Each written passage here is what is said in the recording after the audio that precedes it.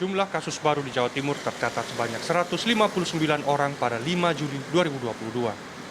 Angka ini naik dari hari sebelumnya yakni 96 kasus. Sedangkan pada awal Juli, kasus terkonfirmasi positif baru tercatat ada 107 kasus. Angka ini fluktuatif meski ada kecenderungan kenaikan. Surabaya dan Sidoarjo masih menjadi daerah penyumbang angka terbanyak yakni 86 dan 24 kasus baru pada 5 Juli. Epidemiolog Universitas Airlangga Surabaya atau ILA Isfandiari mengingatkan, jumlah kasus ini bisa melonjak pasca Idul Adha karena adanya tradisi mudik di sejumlah kelompok masyarakat dan kepulangan jamaah haji. Meski begitu, Atoilah mengungkapkan, masifnya mutasi virus saat ini memiliki kecenderungan memperlemah virus itu sendiri.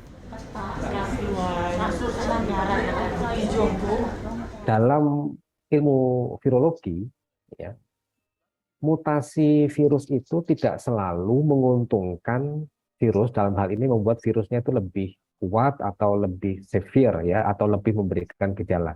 Itu hanya 4-5% saja mutasi yang terjadi dapat menyebabkan virus itu menjadi lebih kuat dan lebih ganas.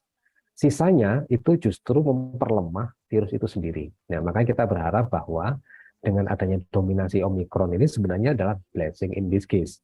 Ya, bahwa artinya paling tidak kita berharap bahwa tidak lagi virus ini menyebabkan kematian dalam jumlah masif sebagaimana yang terjadi pada saat terjadinya serangan Delta yang lalu.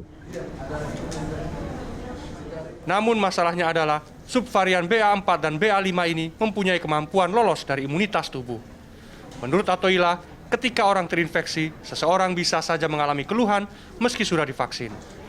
Meski tidak seganas Delta yang mengakibatkan kematian, gangguan kesehatan ini cukup serius terutama bagi lansia.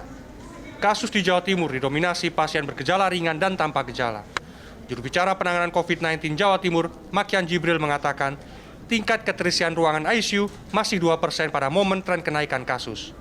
Menurutnya, ini menunjukkan tingkat keterparahan kasus belum terjadi. Selain mutasi virus, faktor vaksinasi minimal 2 dosis juga menjadi faktor imunitas masyarakat meningkat.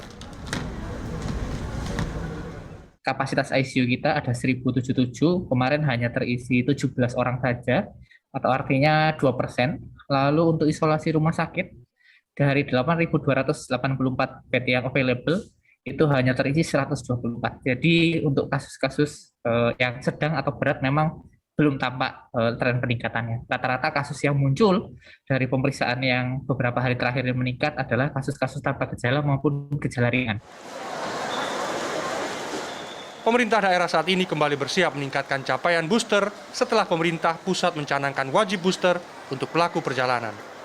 Vaksinasi booster di Jawa Timur relatif rendah, yakni 6,4 juta jiwa atau 20% dari populasi wajib vaksin.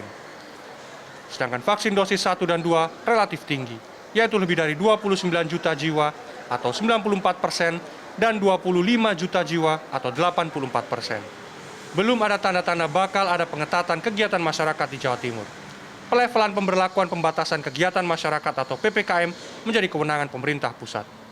Miftah Farid, Aga Dipa, Surabaya, Jawa Timur.